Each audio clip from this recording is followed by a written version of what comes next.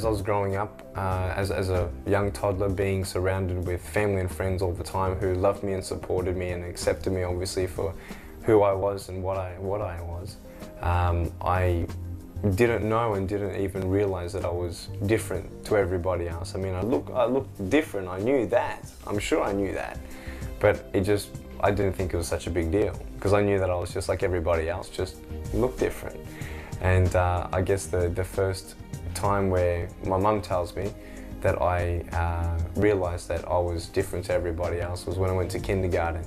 And on my first day, she said I just cried and cried and cried and didn't want to go the next day because all the kids would tease me and point their finger at me and laugh at me and reject me, and I felt very much alone when I went to kindergarten.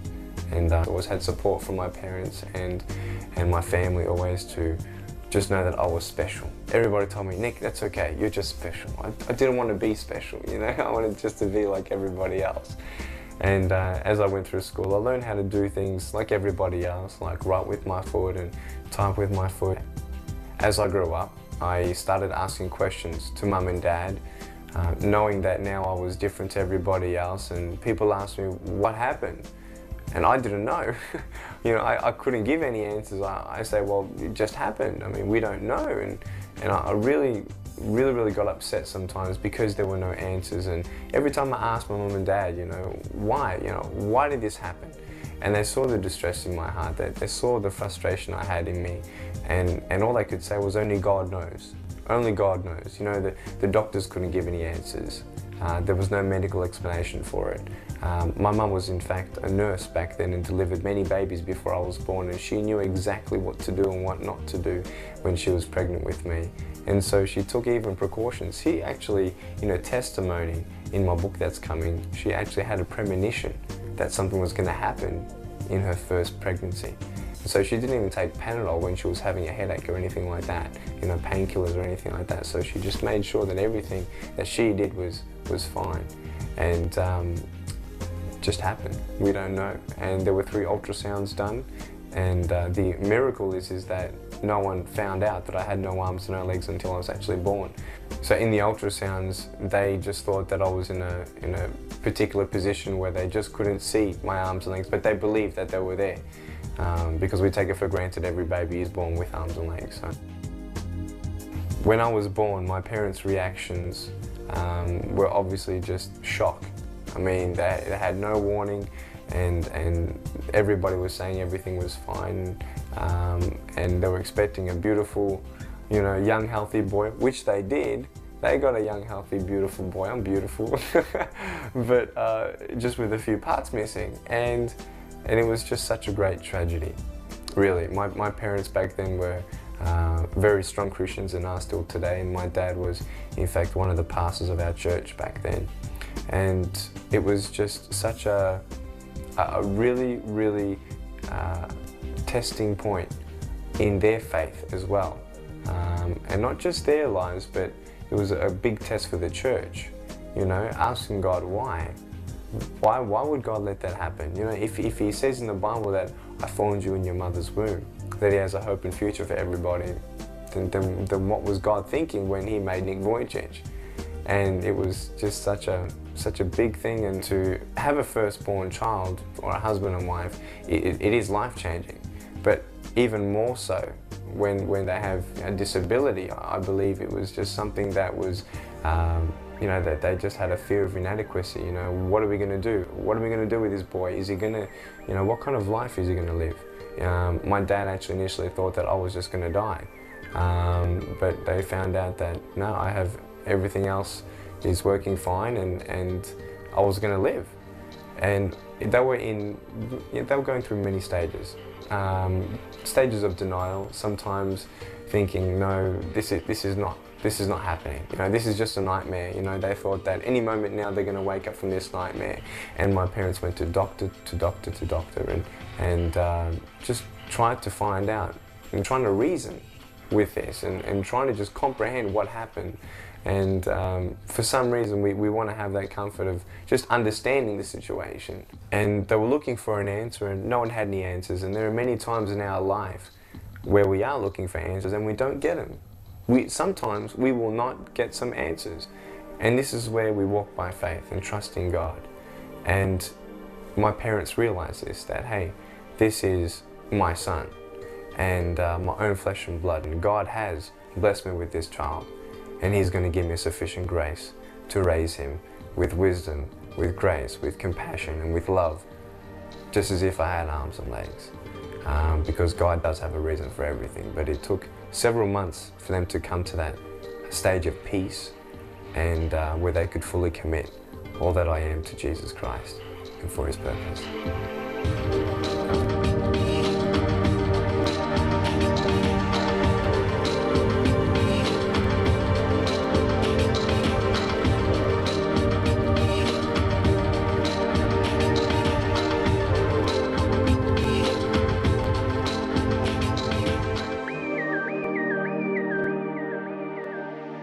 I am just so thankful and grateful to God for giving me such awesome parents.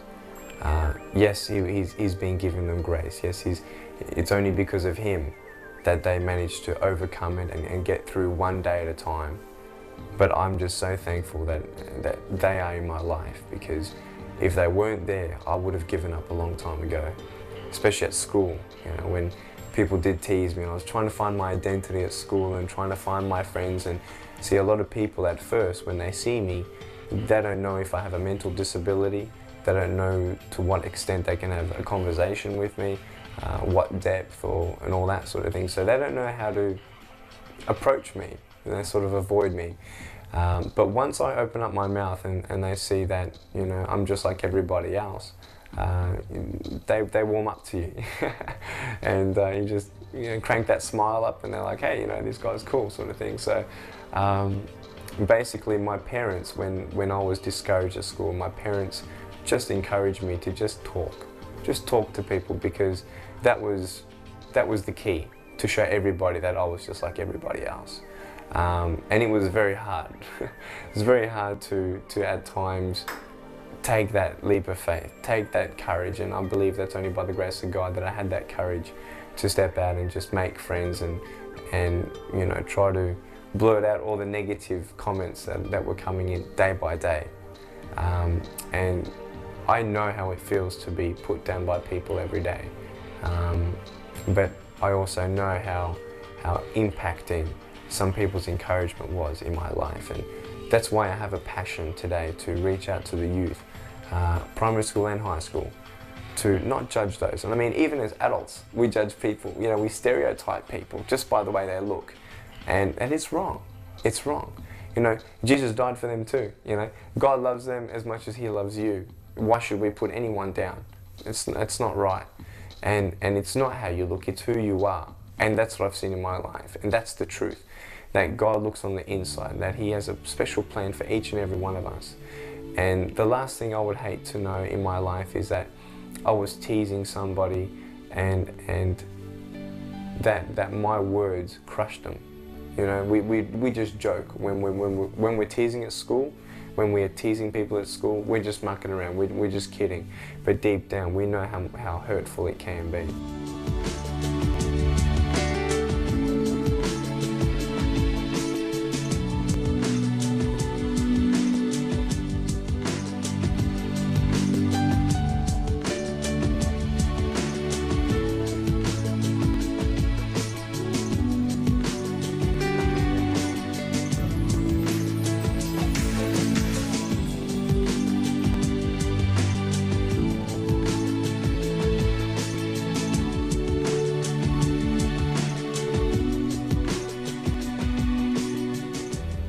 Eventually, my confidence grew and grew, day by day, having the support of my family and now having my friends beside me. I started to believe that I was like everybody else. I started to believe that my life was worth living. There were many times where I didn't feel like life was worth living. But this confidence grew and grew, and I praise Jesus that He gave me that comfort through the struggles. But gaining respect from students, I also realized that I had a gift for speaking, and a lot of people looked up to me in many ways, and I was voted by the school the students there to be school captain of my primary school and vice school captain of my high school. And so I was very well known by many students and was friends with everybody, you know, Nick loves everybody, that sort of thing. But it was great, and it's not as if I woke up one morning with this confidence, like I woke up, bang, and I got this confidence, you know, God's with me, you know, He's got a purpose. No, it was just an eventual, well, it's basically, it's a journey. It's a journey. It was character building. And I always had my parents with me, and a lot of people ask me, well, how did you do it?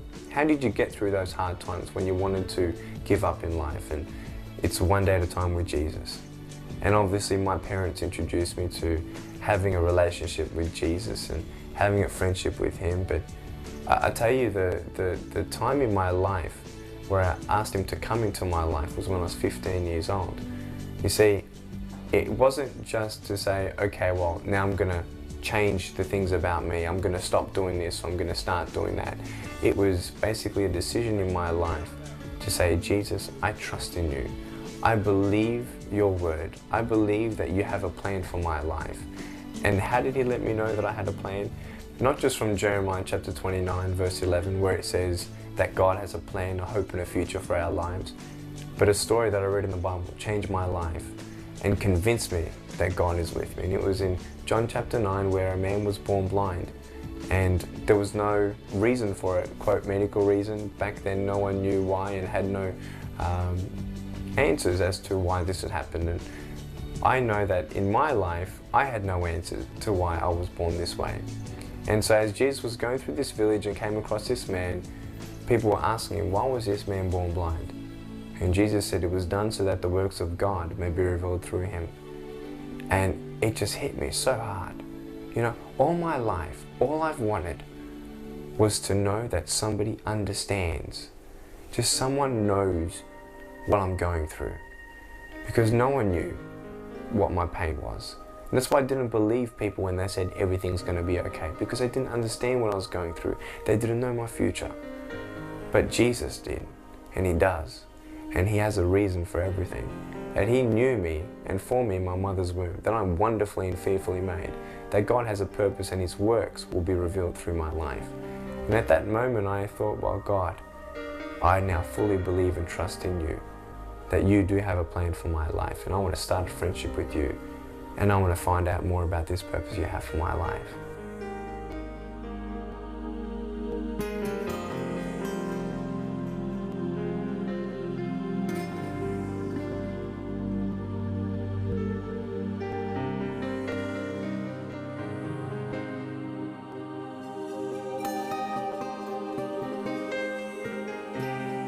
And so when I said this prayer to Jesus, Jesus, forgive me of all that I've done wrong, and I thank you, Jesus, that you died on the cross for my sins, and that I have a hope and a plan in you and a purpose. This peace just flooded over my heart, because not only was I very burdened with the disability that I had and the situation that I had, but I was also burdened with much guilt in my life. We've all done something wrong, and I always thought of God, you know, obey the 10 Commandments, and you got to stop doing this, and you got to stop doing that, a God of regulations and rules. But it's not that. It's when you decide to live for Him, and He changes you bit by bit, and you don't want to swear anymore. He changes your heart. And not only does He change your heart, but as you ask Him to reveal more of the plan He has for you, He does. He doesn't reveal it to you straight away. And He doesn't change you straight away. It's that journey that I'm talking about with Jesus. And He doesn't promise a life of smoothness. He doesn't promise an easy life. He doesn't promise that when you go through the fire, I'm going to put out the fire. He says, when you go through the fire, I'm going to be with you. And this is it. Asking Jesus to come into your life, all it means now is that He's with you. And I recall and recollect a poem that did touch my heart very deeply. It's called Footprints. It's very famous. And it's a beautiful story of a man walking along the beach in the sand with Jesus.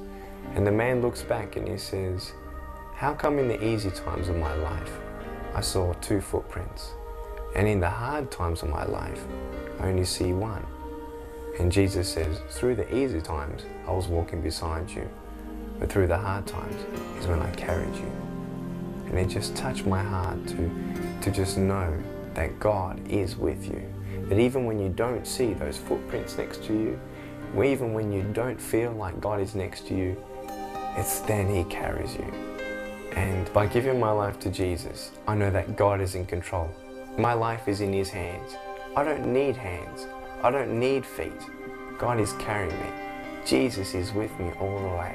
And that's awesome about God. But the greatest thing is that I now, having Jesus in my heart, have discovered an awesome purpose and joy in my life.